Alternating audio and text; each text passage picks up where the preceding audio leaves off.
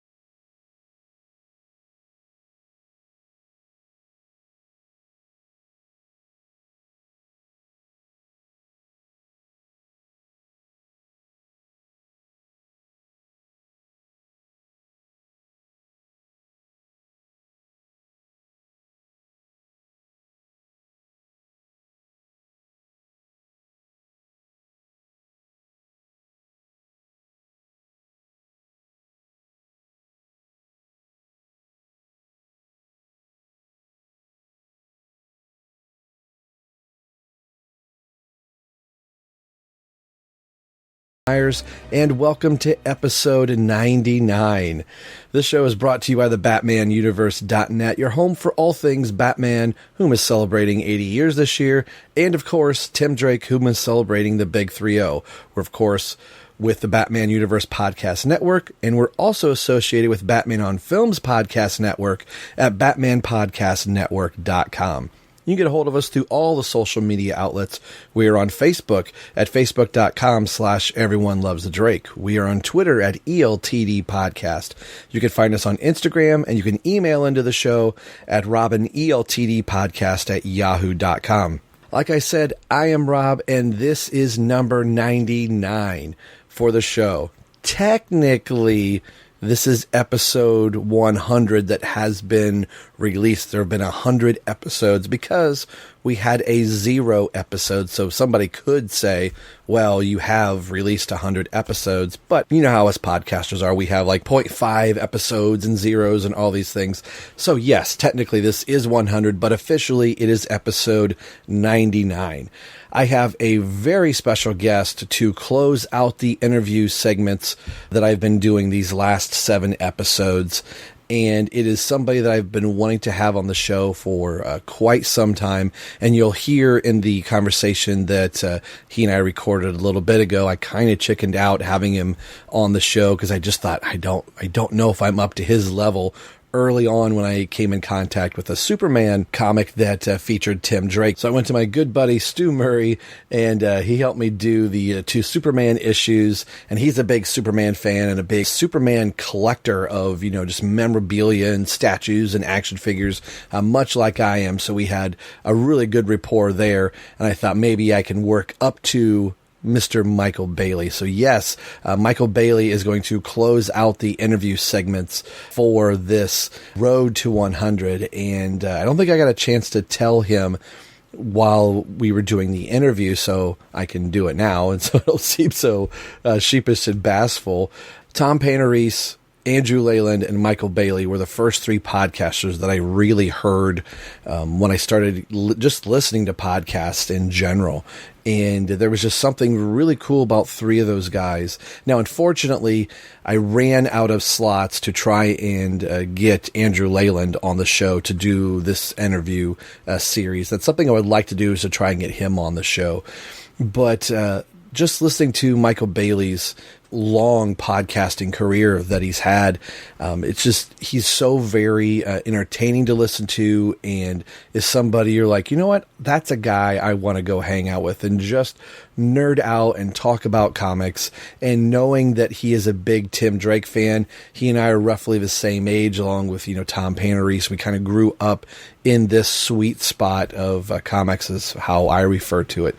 It was an absolute pleasure to have Michael on the show, and I don't know why I was so nervous getting him on and just asking him to do the radio drama. I was like, oh my gosh, what's he going to think of me, asking to do this, silly, radio drama that I was producing. And he couldn't have been sweeter, couldn't have been a nicer guy. And so when we came up to do this idea for, the road to 100, Michael Bailey was on the top of my list. And I knew that I wanted him to close out this interview segment, just because he was one of the first voices, like I said, that I heard podcasting. And technically, I think it was a comment that he had on Michael and Andrew Leyland's Hey Kids Comics. So I'm trying to remember the time frame. Was it Andrew Leyland that guested on Views from a Long Box, or was it the other way around? But nonetheless, one of the first voices that I had come in contact with was Michael Bailey. So I thought I couldn't think of a better person to close out this segment. So hopefully you guys have enjoyed this road to 100 as we get ready to celebrate 100 episodes of Robin Everyone Loves the Drake. And I think you're in for a real treat. And the conversation that Michael Bailey and I had was just so much fun. We got to laughing back and forth, and I'm really proud of all of them. But this one was one I was really looking forward to, and just to have an hour or so to chat with Mr. Bailey about Tim Drake and the whole world of Batman, and our love for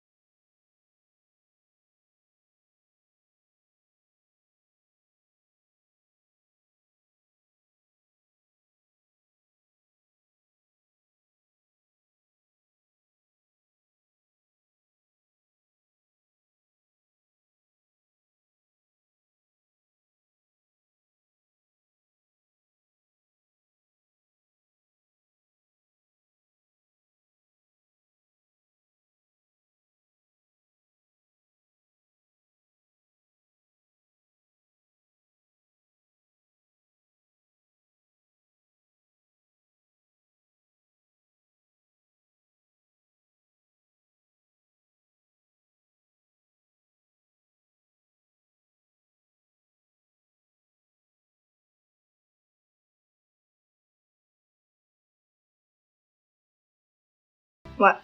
Have you ever read a Superman comic? Not in the last few hours. Oh, I was just checking, right?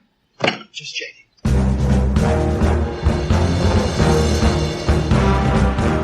Hey everyone, my name is Michael Bailey, and I have been a fan of Superman for as long as I can remember. In 1987, I started collecting the Superman comics as a going concern, which led me down a long and winding comic book-filled path to 2007, when I first started podcasting. Well, it's 2017, and because it's been 10 years since I started podcasting, and 30 years since I started reading Superman full-time, I thought it might be fun to start a new show called It All Comes Back to Superman. It All Comes Back to Superman will be my monthly reaffirmation of my Kryptonian faith, where I will pick out something about the Man of Steel and discuss it. Sometimes I'll be alone. Sometimes I'll have a guest. No matter how many people get involved, Superman will be the focus. It All Comes Back to Superman is part of the Fortress of Baileytude podcasting network. New episodes will drop on the 28th of every month. This show and all of the other programs that are part of the Fortress of Baileytude podcasting network can be found at www.fortressofbaileytude.com. In 1939, Bob Kane and Bill Finger created a shadowy crime fighter steeped in the pulps and crime dramas of the time. That character was Batman. Over the next 80 years, Batman not only became one of the most popular comic book characters of all time, but also became a television and movie phenomenon, appearing in both live-action and animated projects. And then there are the plethora of video games, trading cards, action figures, and statues that have been made of him and his cast of characters. Because of this, Mike and I want to spend the next year celebrating his 80th birthday. And we're calling that celebration the Overlooked Dark Knight celebration of Batman's 80th birthday. Yes, but really? Really? That's the best name that you could come up with. You've written panels, dude, and that's the best thing you could come up with. It's accurate. Yeah, but you and I have been podcasting a long time now. That was the placeholder name. We can do better than that. Okay, what's your idea? Well, what did we call it in the first episode of this series that we've already recorded? I really have no idea. It's a miracle that I remember what books we talked about. Well, that's fair, because I don't remember that either. Anyway, Andy and I are going to be spending May 2019 to May 2020 talking about Batman stories from all eras that we feel are either overlooked or too awesome not to talk about. We're even going to have special episodes dedicated to things like the 1989 Batman film and what issues of Detective Comics we would include in a big hardcover collection. Episodes will drop twice a month. You sure about that? To the best of my ability, episodes will drop twice a month at www.fortressofbaileytude.com. You can also find the show on iTunes or through your favorite podcast app. The Overlooked Dark Knight celebration of Batman's 80th birthday. Because everyone is doing it, but we're doing it for a whole year. The Overlooked Dark Knight is part of the Fortress of Baileytude podcasting network. All rights reserved.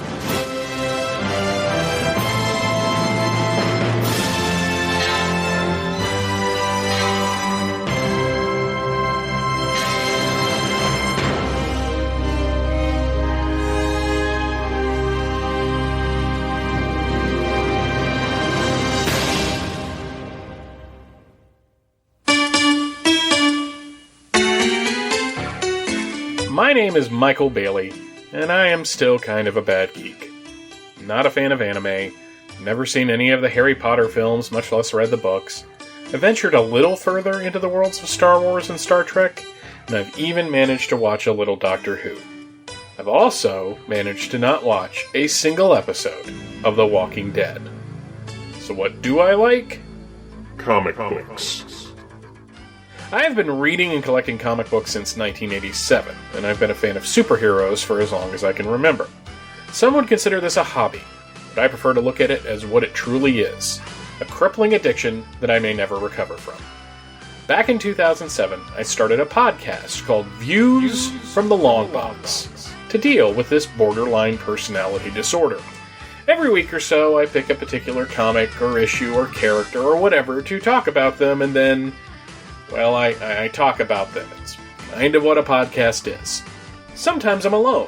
Sometimes I'm joined by my semi-regular co-host, the Irredeemable Shag, or Thomas DJ, and the permanent semi-regular co-host, Andrew Leyland, and sometimes another friend from the podcasting and comic book world stops by to chat. The show is located at www.viewsfromthelongbox.com, where you can find old episodes and show notes, and links to my other internet endeavors. You can also find the show on Facebook, and I'm on Twitter under the handle @Bailey's Podcasts. Views from the Long Box, a podcast about comic books or a desperate cry for help. You decide. Every Tuesday, or so, at www.viewsfromthelongbox.com. Hello, this is the Irredeemable Shag from the Fire and Water Podcast Network, and you're listening to Robin, Everyone Loves the Drake. All right, everyone. My next guest on the podcast is somebody that I chickened out about 3 years, actually about 4 years ago now, that I wanted to have this gentleman on. I thought, you know what? I'll rope him into an audio drama. That'll be the first in to get him onto the show. He voiced Mr. Oz and Jor-El. My history with this gentleman that I'm getting ready to introduce goes clear back to Bailey's Batman podcast. Back when I was too chicken to be writing any emails in, but some of his other shows, from Crisis to Crisis, The Overlooked Dark Knight, and a show that I absolutely adore is It All Comes Back to Superman. So when you made your most recent podcast announcement that they were going to kind of just wait and see, I remember driving on my way to work going, oh, wait and see, I hope that's tomorrow. It goes without any introduction. It is Michael Bailey. How are you doing tonight, sir? I am doing fantastic. It's a pleasure being with you. I've been playing your trailer for years. And it's funny because you and Chris Franklin of the Two True Freaks Network, not Two True Freaks, I'm mixing up my friends and their networks of Fire and Water, both did the wife telling you to take the garbage out gag. If I'm remembering, if I'm remembering your first trailer correctly, it was take the garbage out, and then you put Brody in there, which appealed to me. So, but thank you for such a great introduction. That it is both humbling and embarrassing at the same time. But I'm one of those people that when people say things that are nice, I tend to shrink back because I'm an introvert. So I can relate. I think all of us podcasters are like, oh, quit saying nice things. I'm going to pull my shirt over my head. It's going to be awkward for everybody now. It's also a pleasure because now I am speaking to somebody who has spoken at a educational conference. So that's like, I thought about throwing my hat into that, but there was no way I could make the time work. So you guys seem to have a really good time up in Ohio. Yeah, that was really good. I promise. Yeah, and that was one of those. I think I was the closest attendee with a 45-minute drive, and I was like, I played in the bars and clubs in Bowling Green, and I got kicked out of a hockey game at Bowling Green State University. Sorry, BGSU, it was my jerk cousin. You have that one friend that just is throwing beer and pop and swearing. I'm like, all right, it's going to be a thing now. So I technically did not get asked to leave, but my cousin did, and we were like, yeah, we know. He's a bastard. We get it. We will graciously leave.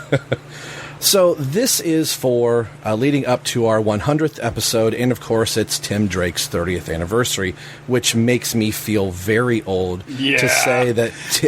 It's one thing to say, oh, Batman is 80, Superman is 81, and when you start going, Tim Drake is 30. Like, I graduated high school in 93, and I can remember buying Robin 1, the miniseries, and your Robin 2 and Robin 3, Cry of the Huntress, and all those going, when is he going to get his ongoing series? And fast forward to 2019 going, it's been 30 years. So I've got a series of questions for you and a little into you a little bit, just because I'm talking to a Superman guy here. I wanted to talk about the popularity of Tim Drake, and one of the big things that I realized that, hey, this character that I like so much, he is appearing in another big DC superhero book, and that would be Superman the Man of Steel 14 and Superman 70, the Night of the Bat, which is where I was initially going to pull you on, but I chickened out, and I had my good friend Stu Murray do this show with me. I'm like, I don't think I'm ready for Michael Bailey yet. So I wanted to get your quick thoughts on maybe not so much that story, but to be able to have Tim Drake and there be no Batman in the book at all appear in the Superman book, or two of the Superman books, and one being the Dan Jurgens book. For you being a Superman fan, seeing the Tim Drake character arrive in that book, was that a big deal? Like, it was a big deal for me in 92 to go, oh, wow, Robin's in the Superman book. But I always wondered from the Superman side of the book, was it more like, oh, here's DC's new character, or was it still a big deal across the board? Well, I was a Tim Drake fan. So it was like, oh, this is cool, because to get on like more of a 1,000-foot view, Tim teamed up with Superman, but he mainly teamed up with Jimmy Olsen in that story. Yes. and there was a history of Dick Grayson Robin teaming up with Jimmy Olsen in the Silver Age. So this was kind of, in my perception of it, I wasn't as focused in on Superman's entire history in '92 as I would eventually become, but I recognized, hey, it's Robin. And it's not only Robin, it's my Robin. You know, the Robin that I could, say that I was literally there when he was created. Not like in the room with Marv Wolfman, obviously. Right. But, I picked up year 3, part 1 off the stands. And I followed the Batman books for like a solid year and a half after that. So I got to see this character come up. So even though at the time I wasn't reading the Batman books, it was really cool to see Tim, who I just loved as a character, be able to hold his own in a Superman with one of the big guns. But here's the thing. Superman is like probably intimidating for other heroes, but he's also the guy that is going to accept you the fastest. Because that's just who Superman is as a character. If you can kind of prove yourself. Even though he doesn't have that thing that Batman would eventually have where, don't trust the alien. Right. It's more like, hey, this kid, if Batman says he's good enough, he's good enough. And if I'm remembering correctly, they had him in the books to kind of throw a little light on the Superman titles. Because while they were critically successful at the time, and it's weird to think that was like 4 or 5 months before they killed him, and his popularity being cemented. But it was more like, let's have a Bat character, because that was also the summer of '92, which was the summer of Batman Returns.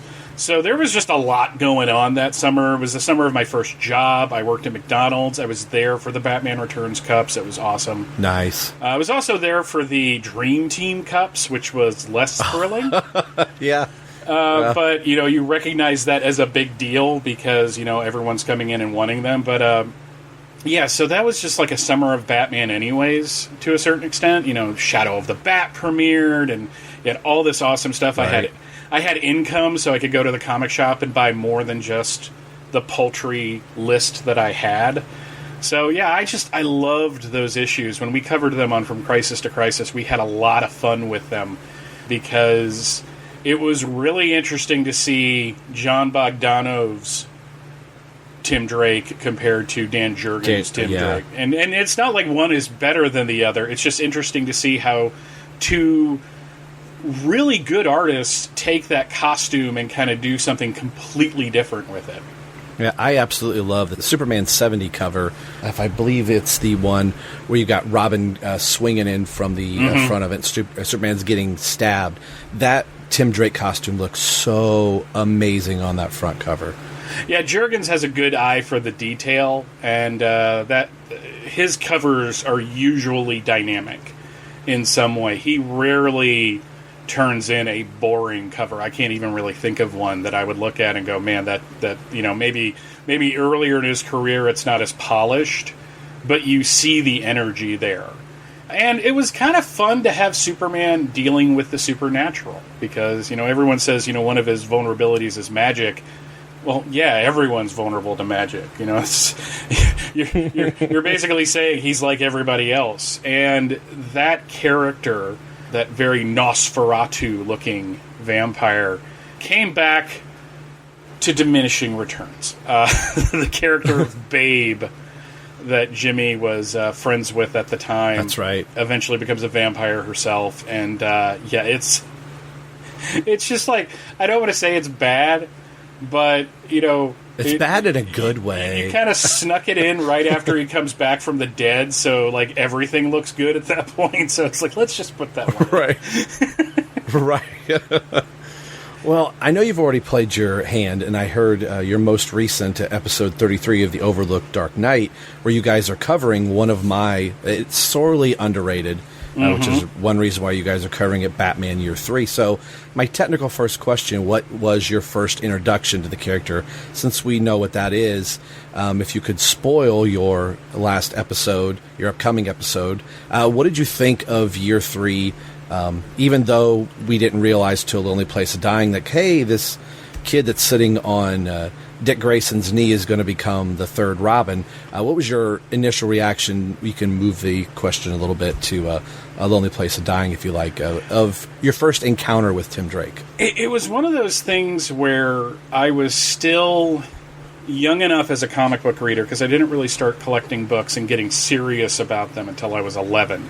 So I was 13 going on 14 from 89 to 90. I think I'm like a year younger than you, because I graduated in 94. Okay. Which means that not only is this the 30th anniversary of Tim Drake, it's also the 25th anniversary of me leaving high school, and wow, I feel old. I'm glad I could do that for you this evening. That Rob Myers guy is a jerk. No. Believe me, where I work with predominantly young people as my associates, so I am constantly reminded how old I really am now. But the thing is that I remember, being so into Batman that summer, because how could you not be into Batman in the summer of 1989? I mean, even people who didn't care one whit about comics were wearing Batman t-shirts, leading to a very amusing exchange when I was called a poser at the end of 7th grade by a guy in gym class, because apparently I didn't skateboard.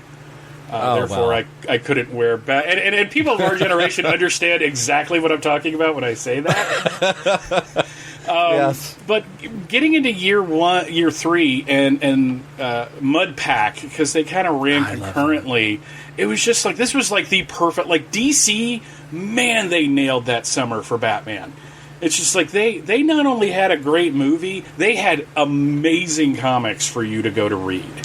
And you go right into A Lonely Place of Dying, and I did not initially read the new Teen Titans issue, or the new Titans issues, because they weren't really available. Walden Books carried them sporadically, and I wasn't going to a comic shop on a regular basis. So I missed that issue of New Titans where you really meet Tim. But when you got to the point where you find out who this kid is, and you see that flashback of him sitting on Dick's knee, I was just like, it was him! And it is so wonderful to still feel that to a certain extent now that I am jaded. Because, it's just like, I don't usually get that with new comics now. But man, it was just really cool to be there when this character was coming around, because, Death in the Family was a huge deal. It made the newspaper. That's how I knew it was a big deal. There was an article in the Morning Call about the death of Jason Todd. And I kind of off and on followed the Bat books around that time period. So I felt kind of invested in it. So when you have the introduction of this new kid that's going to be Robin, you got the sense that this is somebody who doesn't have their ear to the ground of fandom. I'm not talking to everybody. I was, to put it in pagan terms, I was a solitary practitioner of comics. And just to recognize that, they're taking their time with this kid, I think was probably one of the most, non-me observations at the time. I usually did not see what is the line in Batman? I didn't hear the train until it was right on me most of the time. Yeah, it was 2 feet in front of him, yeah. Yeah. So to recognize that and see this kid who, initially is wearing the Dick Grayson outfit, but you knew that he wasn't going to be in that outfit after the storyline. I did. I fully expected the pixie boots. It blew my mind when he got a new costume. Sorry, didn't mean to interrupt. For whatever reason, I never thought... I didn't think that's what they were going to go, because... it's not that costume is bad. It just, I always got the sense that when he becomes Robin, it's going to be different. I didn't think it was going to be, like ninja boots and pants. But it was just neat, though, to see him initially in that outfit and to kind of, talk to Bruce Wayne as a person. Yeah. Here's this, 14-year-old kid going, you have to do this. And Bruce, kind of getting his head out of his rectum. And kind of accepting that fact. And one of my earliest comics when I started collecting was Batman 416. So it's one of the best issues of all time. And that issue introduced the concept to me that Dick was not involved with Jason much. So now it seemed that Dick was going to be in on this kid's training. Like, maybe not every issue, but he was going to be there. So it was this really cool sense of, wow, there's a Bat family here, which would eventually grow into something really awesome by the end of the 90s. But this was kind of like the genesis of that. Yeah. Aside from the introduction of Tim, what did you think of, now that we know about his costume, what did you think of the costume the first time that you saw it? And then an afterthought to that, did he successfully escape the 90s? Or do you look at that costume and go, oh man, that's clearly 1992? Or is it timeless now? I honestly think it's timeless now. The only thing that ties that to that era is the boots. Because there were kids in my class. The way our school was structured, the school system was structured, is that you had grades 7 through 9 in one school. That was the junior high, and 10 through 12 in the high school. Now, typically you have 9 through 12 together. They didn't do that to us. I have no idea why. That's how ours was, 10 through 12. Or no, I'm sorry, it was 9 through 12. I think. So, I would, having the 9th grade be the year that basically my 9th grade year at the beginning was when everything came together for Tim becoming Robin. There were kids in my class that were into comics, so it's what we talked about.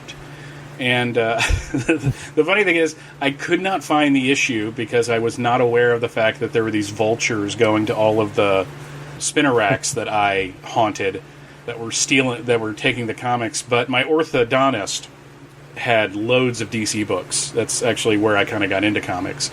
So I got to read the whole story all at once in the waiting room, waiting for my appointment. But I remember specifically this kid, Sean Cameron. I say I can't believe his name. I remember his name. Shag Matthews is calling me a liar right now. He's got, and I think, and I hope I'm getting this right, he goes, he's got taffy boots, I believe, or it was kind of a word like that. And I'm like, what are you talking about? He goes, look at the boots. It's got the toe. Those are like ninja shoes. And I'm like, oh, wow. Like this totally innocuous thing, but it made him cool because here was a Robin that was my age, essentially. And in like wearing the cool things that me and the people I talked to were talking about. And I think his costume is not 90s. I fall very strongly on that because the 90s did not become the 90s till about 1992, 93. Guy Gardner. Yeah. Sorry, a little tickle in my throat. I've had this conversation with bunches of people, so we might as well have it too. A decade does not start on January 1st of the decade. Correct. A decade takes if you look at February 1980, it is virtually indistinguishable from like November 1979. So that costume being designed when it was by who it was designed by. Right. So you don't have, and this isn't meant as a pejorative, you don't have Rob Liefeld or Todd McFarlane or Jim Lee designing this thing. You have Neil Adams, who has a history of designing alternate Robin costumes. So I remember getting the first issue of the miniseries, which was, you had to get that. Yeah. Like, if you didn't get that, you couldn't talk to anybody. Like, you could miss the rest of the miniseries, but you had to get that first issue. Yeah, I was out front of my local comic shop thinking there was going to be a line around the store, and it was me and one other guy. And I was like, this is really awkward. And he's like, are you here for the Robin book? And I'm like, yes, I am too. And that line to us might have been 200 people, but it was two of us. And the guy opens the door. Mitch opens the door and says, you guys here for the Robin book? We didn't even walk in. We each handed him $2, and he's like, close enough. See ya. Shut the door.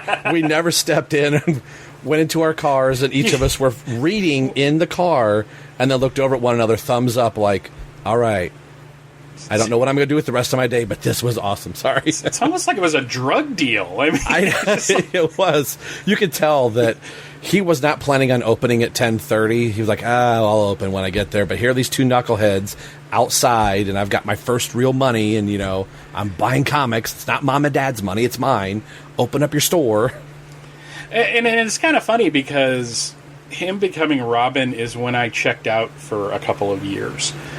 Though I do vividly remember buying Robin 2, The Joker's Wild, out of a $1 box at a one-day show, and really enjoying that. But it's kind of funny that it's just like I got really, really excited, and then it's just like, okay, I'm just going to do...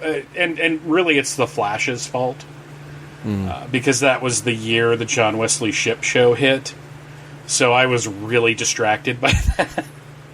Because I was just so excited that there was a comic book TV show on television that kept getting preempted by war coverage. Oh my gosh, yeah.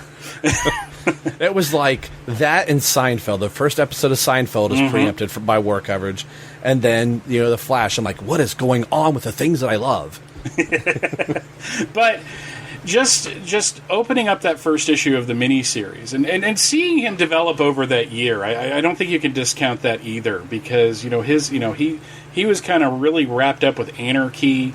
For me, those characters will always be connected, simply because of them coming out at the same time. Summer of '90 is a great summer for Batman books. You had a lot of cool stuff happening in Detective, especially. But, you get to that mini-series, and suddenly it's real. Suddenly there's a new Robin, and everyone likes him. Because the groupthink, then as now, was that Jason Todd was annoying, but everyone likes Tim because he did it the right way, even though technically, if you look at the history, he did it exactly the way the original Jason Todd did. Right, exactly. Yeah. Only he just, his parents didn't die from a trapeze, just like Dick Grayson's parents. Well, no. Dick Grayson didn't get his parents killed. I think you should let's Alex Jones this for a minute, okay? We got to be real about this.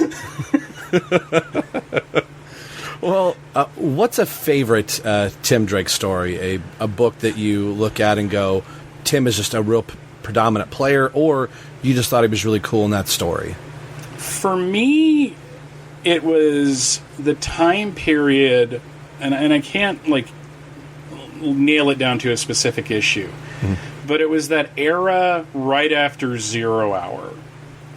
And to be fair, that's when I got back into the Batman books. 0 Hour and 0 Month were kind of like me going all in on the DC universe to a certain extent. And there was just something really cool about Tim at that time, hiding the fact that he was Robin from his father. Mike Wieringo came on as artist, and it was really that ninja camp story. I love that ninja camp story. Yeah, it's just so much fun because it mixed up so many things. I was one of those guys in the 90s loved the bad martial arts films that were everywhere. The Van Dammes and the Seagals. I watched all the Kickboxers. I loved The Perfect Weapon with Jeff Speakman. You laugh at that. Mariska Hargitay was in that movie. Oh, yeah.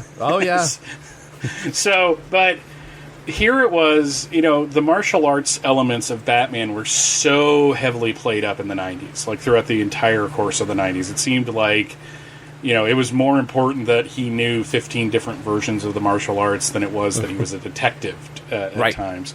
But it was just kind of cool that it was Tim kind of on his own in a camp where, he's probably better than most of these people, but they got him on numbers.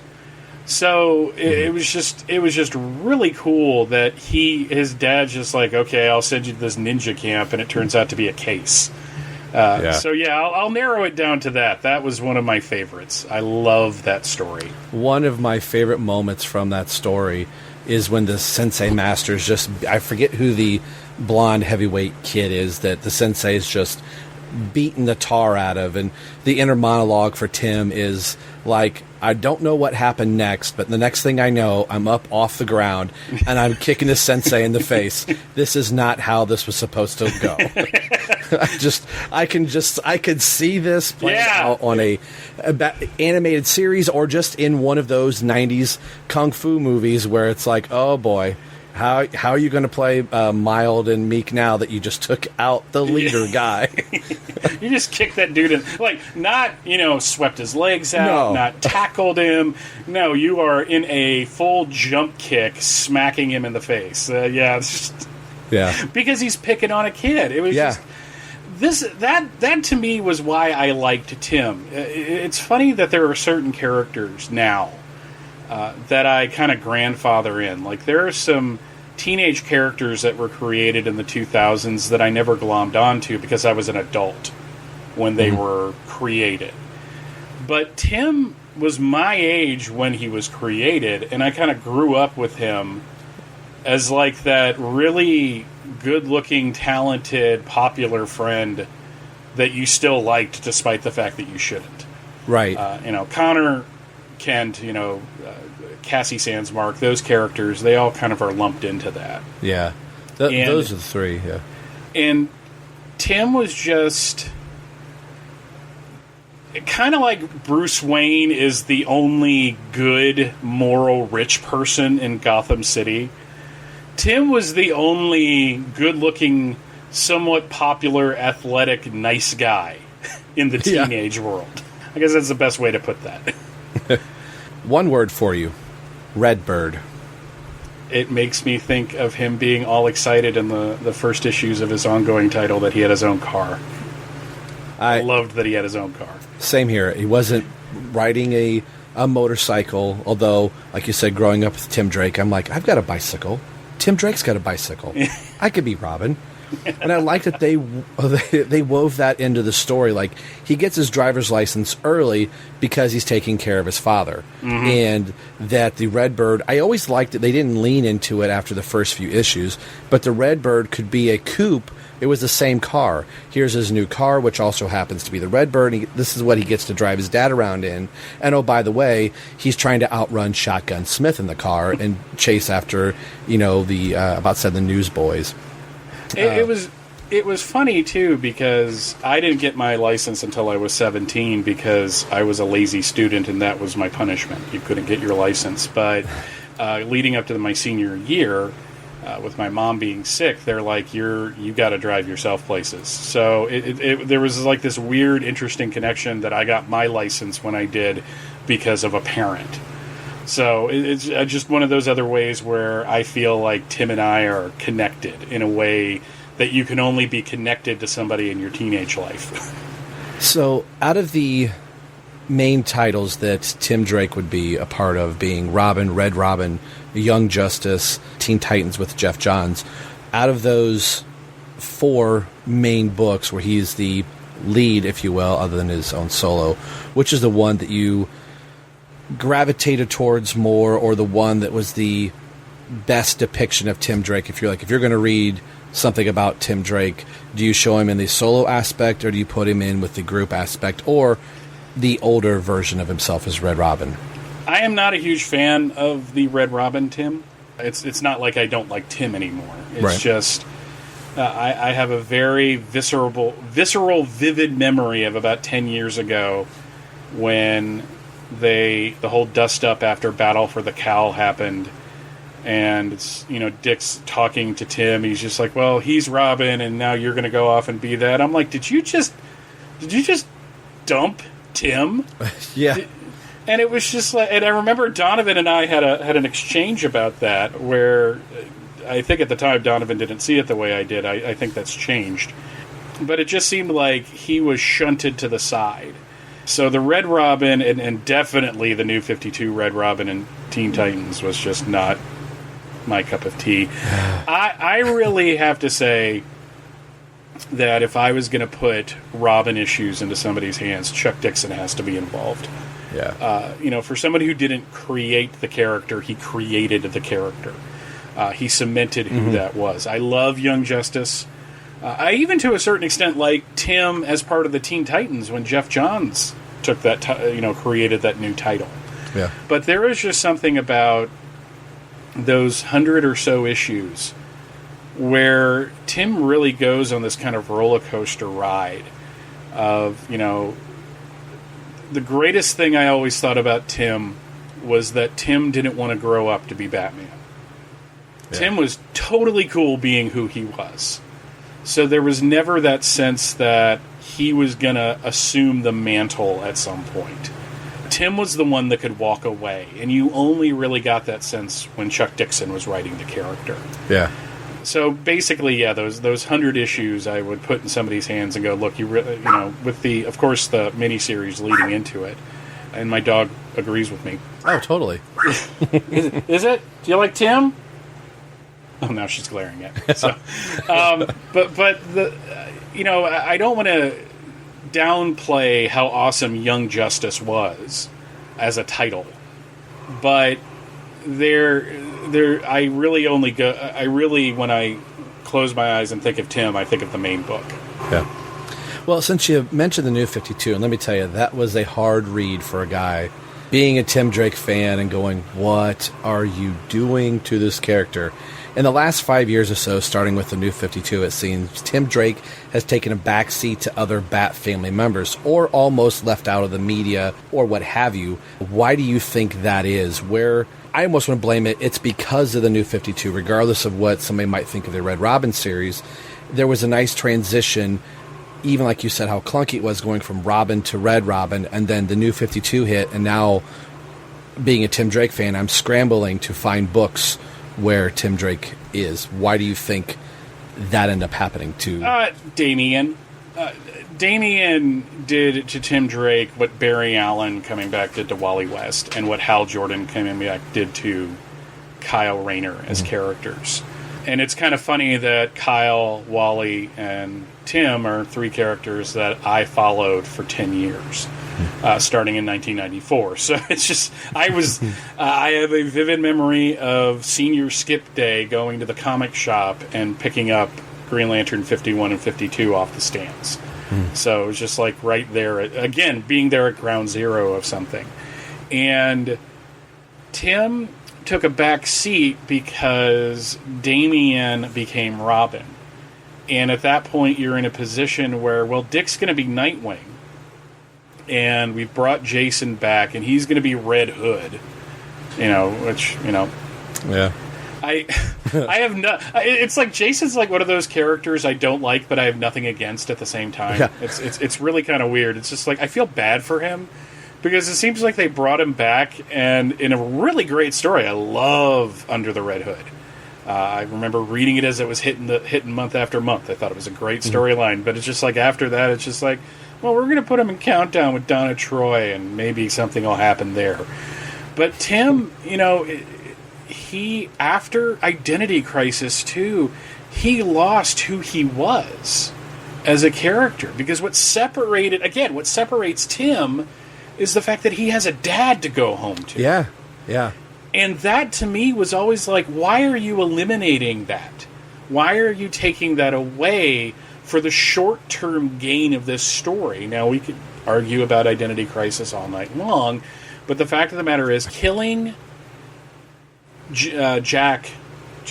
Is that his Jack, name? yes. Yeah. Jack Drake, yep. Sorry, I almost said Jack Ryder, and I confused myself for a second. Killing Jack Drake, especially around the time period where they did it, where he had just found out that Tim was Robin. And it's just like, I love you, Bill Willingham, but really, did you just have Jack Drake pull a gun on Bruce Wayne? Is that what's going on in my comic? So that I just paid money for, right? But just after that, and after Infinite Crisis, it's like he kind of limped along, and then once Damian was part of it, it's just like he is a side character. He is secondary. He is part of the Teen Titans, but that's just because Damian can't be part of the Teen Titans. And when you look at the expanded media, Tim's really only had two big roles. He was they did a meld of him and Jason Todd for the new Batman Adventures. Right. which it took me a while to like that costume, but now I really like that costume. Yeah. And then, he's part of Young Justice, which I have only just watched the first season. I'm about to dive into season 2, so I'm going to get to know Tim there. Season 2 is so good. Which I'm kind of excited about, really. But, after Damian gets created and they start doing these animated films, who's Robin? It's Damian. Yeah. If we're going to have a Teen Titans movie, who's going to be Robin in that? Damian's going to be Robin in that because that's their brand. Well, and just like with Hush coming out, all the principal characters from Hush are there with the exception of the Huntress, and, Robin's in there, but it's Damian, not Tim Drake. Yeah, and you almost, because of that universe, have to have that happen. Right. So I think of Tim and Wally are pretty strong in my heads as people that after a certain year, the comic fans that came in at that point have no real affinity for this character. Mm-hmm. The fact that he was brought back to prominence in Detective Comics in Rebirth, even though he was gone for a little while. Yeah. But no, he came back and he was Tim. Like, I recognized him as Tim Drake in that book. And that just blew me away. Like, no, this isn't guy in stupid bird costume whose parents were in the witness relocation program, and his name's not even really Tim Drake. And he saw the bat signal. I wanted to flip a table. Oh my gosh! And Lobdell says that wasn't him. I have no reason to disbelieve. Given how editorial acted during the New 52, yeah. I believe anything anyone tells me at this point. Yeah. In all honesty. But no, it's just like one of those things where Tim was sidelined for so long that you have to do something amazing like A Lonely Place of Living to kind of bring him back. The costume is almost like the classic costume. I don't like the double R, but I never will, so I've just accepted that fact. And then you have him sitting there going, "Who the hell am I?" And I'm just like, wow, that bothers me on a deep and meaningful level. I need to step away from this comic. Yes. I didn't realize how one panel, like, "Hey, it's Tim." Ah, crap. What was going to make me feel? I'm like, okay. I showed it to a friend of mine who she is really. It's really funny for someone as young as she is to be into the version of Batman she's into, because she's just waiting for Oracle to come back. And I'm just like, wow, you are an old soul, aren't you? But I showed her that panel and she goes, "Was Tim always like that?" I go, "No, not at all. He was the one that had it together." I'm sorry, yes. I didn't mean to swear. No, you're fine, because I'm trying to not. He's the one that had it together. He was the one that, Dick had his own issues and was dealing with them as best he could, but Tim was the one that at any point could be like, "You know what? I will keep your secret. You can trust me. I'm out." Yeah. And Bruce would probably let him go. Yeah, and not even bat an eye. Yeah, he'd be like, if you ever want to come back, if I ever need you, I'll call on you, etc., etc. But I'll find something. But you were a good soldier. That's kind of how I. Well, no, he would not talk to him for a couple of years, and there would be an awkward reunion. Yeah. But at the end of the day, in his head, he'd be like, he was a good soldier. Yeah, right. And then, he's going to get punched in the face. I'm not going there. But you know what, Robin? I'm going to be on Tom King to pull me out of it. You know what Robin that is? I don't know if you've watched much of the Teen Titans Go cartoon at all, but my wife loves that show. Okay, so I've watched there was an quite a bit episode where all the Robins show up, and then you have the dark and brooding Robin that's clearly in the 1 year later outfit. That's Tim Drake. That's that Robin. So I'm thinking Tom King has 2 kids. They watch Teen Titans Go. He sees that version of Tim Drake and go, "That's the one I'm going to put in the book." And I want to make it kind of clear. I have nothing against Tom King as a person. Oh, no. Because I don't know the man. But I can have a genuine disagreement in how he characterizes something, no matter what good place that is coming from him as a writer. That is a good preface, by the way. Yes. Yeah, it's just that's just the thing. Is this that I could totally see what you're saying though. He's watching Teen Titans Go, and which I both love and hate. At the same time, it's this weird thing in my head, but my wife has such a pure love for that show that I can't help but like it because it makes her happy. So it has value to me, basically, because of that. Well, we're talking about costumes here, so I got two costume questions. So this year, Tim Drake will be given a new code name as a superhero in the pages of Young Justice. Mm-hmm. Is it about time? Or should he stay as a Robin of some sort and flip the script and make Damian and John change their code name and leave Connor and Tim keep theirs? Where do you fall? Is it time for Tim to become something else, or is he already that something else? I don't think they have a choice at this point. I looked at the cover to the new Young Justice series, and I went, that's really cute. It's not going to last. This is a good nostalgia grab, because there's good nostalgia grabs and there's terrible nostalgia grabs. Mm-hmm. I felt this was coming from a good place. I don't think Tim has another choice, has any other choice but to become a new character. Damian is their brand. He is their Robin, right. And they have that on a multimedia level.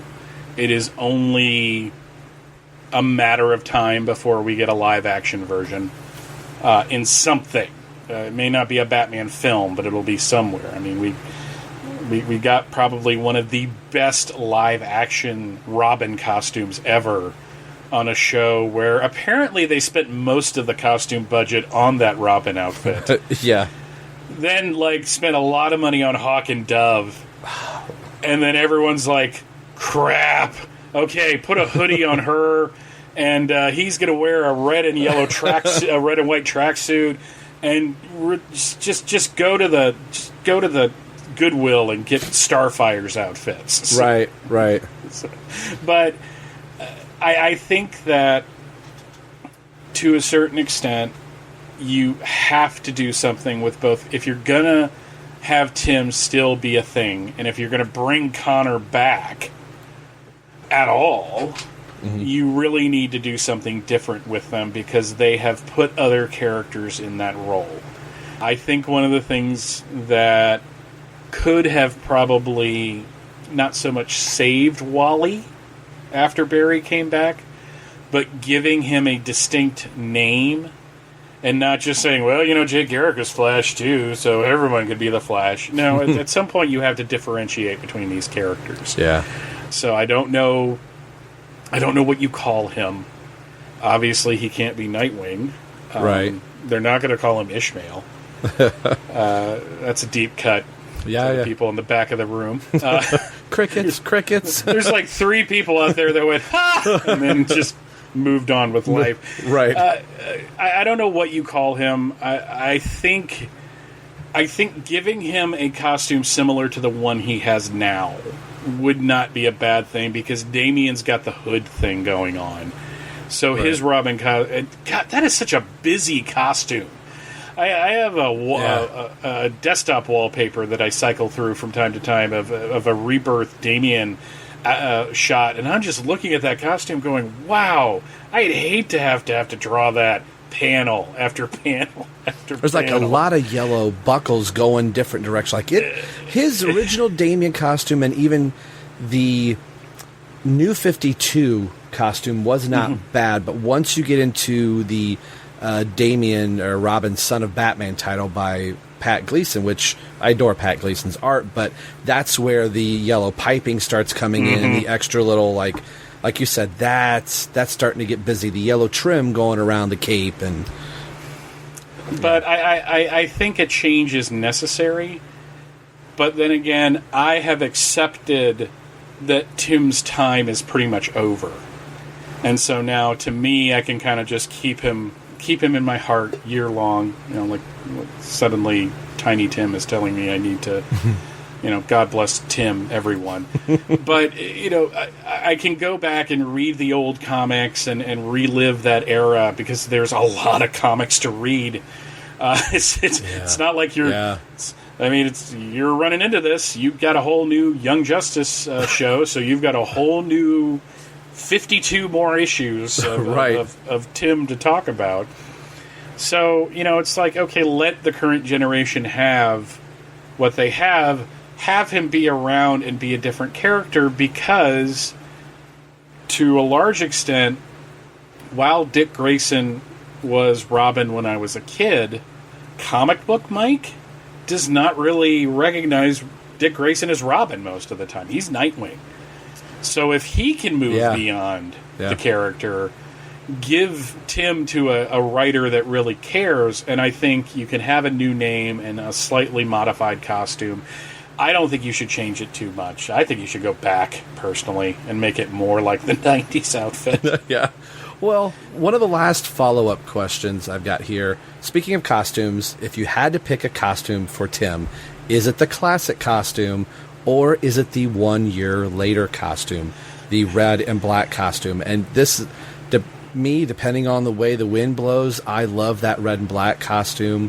I love the bat motifs that are in there with the spikes on the gauntlets and the scallops and the cape. But in the next minute, I'm going through the podcast and I see, here's a Chuck Dixon book, here's Mike Rowingo, or here's Tom Lyle or Tom Grum, and I'm like, man, I love that costume. Staz Johnson. Wow. Staz Johnson, yes. I'm looking at I went to a comic book shop in Kentucky, and on the wall is an original comic book art, Robin, issue 43, page 17, and it's up on the wall, and I'm like, that's Mike Rowingo. Staz Johnson, rather. And I'm like, oh my gosh. So I pointed up at it, and it was a Sunday, and I said, is that for sale or just for show? I'm just asking. He's like, well, I can call the owner. I'm like, no, that's fine. And he's like, no, I'll call the owner. He's like, I got nothing better to do. Called the owner. I walked out with that piece. I love this piece. And in it, he's crawling through the window of Stephanie Brown's house, and on her wall is a poster of Connor Kent pulling his sunglasses down, and Tim gives a smirk of like, of course. I'm kind of like you. It's there are times where I look at that 1 year later costume and I'm like, that was a good redesign, because it didn't take away anything good about it, but it was just different enough that you're in a new era. I really think Tony Daniel did a lot of good stuff with that costume in Teen Titans when he was drawing the book. Beautiful. Yes. Like, just I would look at that and go, God, I hate everything going on in this book, but it is sure pretty to look at. Yeah. But then again, Tony Daniel's the guy that proved that the Earth 2 Robin costume was still cool during Infinite Crisis. So, I will co-sign that all day long. The Earth 2 costume, I'm like, all right, yeah, I dig it. Tony Daniel's behind the pencil, man, that is beautiful. Beautiful. And it really, I think what it proves is that you could hate a costume, but a certain artist can come along and make you go, okay, I'll begrudgingly accept this at this point. Now, I will always love his original costume. I bought a couple years ago, I went on a little eBay kick, and I got some of the early Tim Drake inspired costumes, action figures. Like on my hutch right now is the animated version with the spiky hair. Oh yeah. I have, and I also got the one from the Batman Returns Kenner line. First Tim Drake figure ever. I love that figure. That to me looks like they were planning this for another design, and they just released it as Tim Drake. I'm looking at that hair going, it's not Tim. That might be Marlon Wayans under that. Yeah, I was about to say that's probably Marlon Wayans. Some guy like 10 years from now is going to do a documentary on the making of Batman Returns, and he's going to unearth all that stuff. Oh yeah. And it's going to get flooded on the internet because that's how it works now. But no, I will always love the original costume. Especially when the esteemed law firm of Grummett, Rowingo, and Johnson were drawing it. But I can't deny that the year one costume wasn't wasn't the 1 year later yeah. costume wasn't not an improvement, but an acceptable replacement.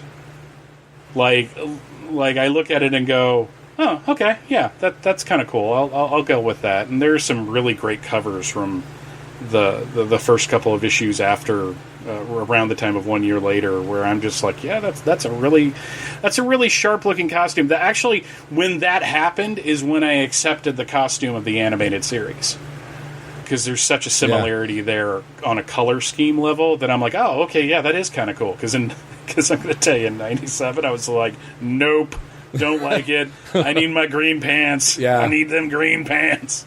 Now, I didn't realize this. For years, I was always curious, like, who created that costume. I got a chance to meet Ed McGuinness at a comic convention, and I had him sign, I can't quite see it, I think it's Robin 153, the beginning of the 1 year later. And I had asked him, I always liked this costume. I said, which came first, the animated series or was it comics? He said, well, I designed this for the comics. The Warner Brothers studios saw that for the animated series and said, oh, we're going to use this as the new Robin costume before that came out. So that was a little piece that I had never known before. So he's like, so my designs got to appear in animation before it hit comics. That's real. I did not know that, and I'm a really big fan of Ed McGuinness, so that is really kind of cool. The final question I have for you is, what other thoughts might you have for Tim Drake, and why Tim Drake has lasted this long, 30 years, and do you see some more longevity with Brian Michael Bendis helming Tim Drake in Young Justice? I think given a writer that cares about the character, the Tim can last into the future. Seeing him grow up, essentially, especially because it was around the time that I was growing up, was just gives me a connection to this character that I don't have with other comic book heroes or villains. One of my favorite moments of Tim ever was during the Legacy storyline, and they're in Paris. And he runs into that guy that was training him in the first issue of the Robin miniseries. And Tim wants none of this, and he drops him like in 3 panels. And I'm like, you go, Tim. And it was at that moment that I realized in like 1996 when that happened that I'm like, no, this guy has grown. There's been a progression here. We've gotten to see him go beyond just the guy that figured out that Bruce Wayne was Batman. He's legit. He's part of this team. And I will always love him because of that. There's a certain number of characters, as I become more and more separate from the day-to-day goings-on of the DC universe. And, just not really care as much as I used to, and don't need to be part of every event. And don't need to get every issue of Batman Metal and Heroes in Crisis and Doomsday Clock. And, okay, now I got to go back and read all this Justice League stuff because we've got the Year of the Villain. I don't have that immediacy anymore. But what I do have is this deep love for the characters that I loved. I think Tim is one of those characters that came along at just the right time, with just the right generation of comic book fans coming into the books to make him special.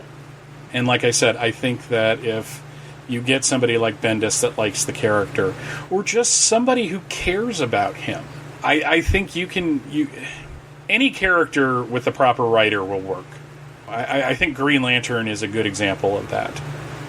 Has Green Lantern been as popular since Jeff Johns has left? I mean, let's be real for a second. Does anybody really care anymore? I mean, Chad Bokelman never wants to talk to me again. But still, but I'm talking for the larger comic book audience, right. Not for the people who are fans of the characters. Right. Jeff Johns came onto that character. He became super popular. He was popular, and the minute he's off, it's just like, oh, well, let's see what else is going on, basically. Yeah.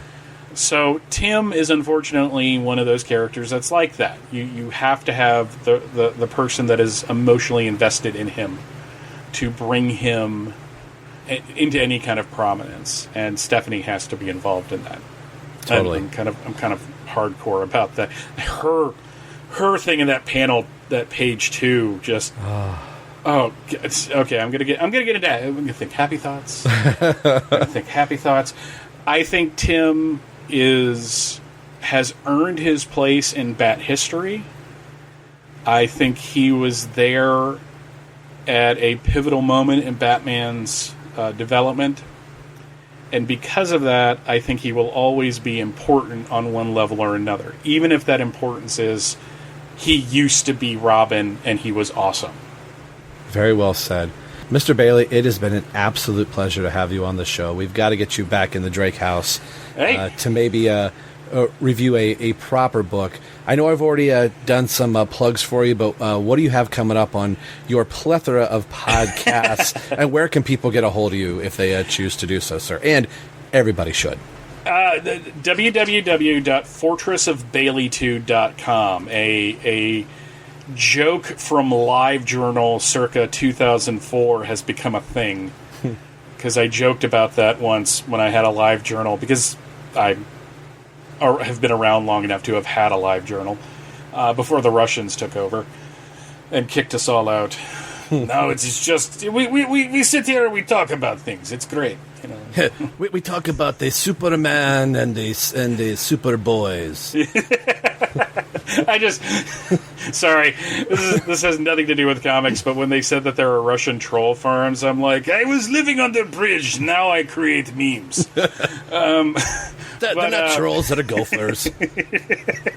But the FortressOfBaileytude.com is the home of what I amusingly call the Fortress of Baileytude Podcasting Network. It was basically an attempt to do, since I do several different shows, to get everything kind of under one roof.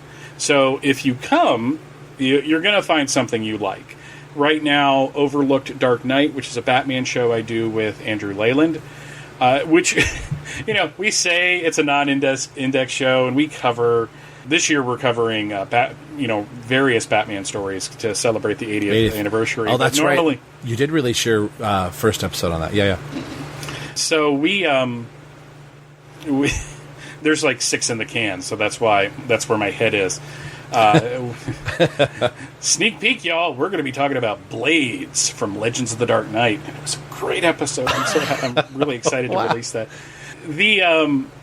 Normally we talk about like Batman books from the late 70s and the early 80s, where we talk about the animated stuff. That show is just an excuse for Andy and I to get together and talk.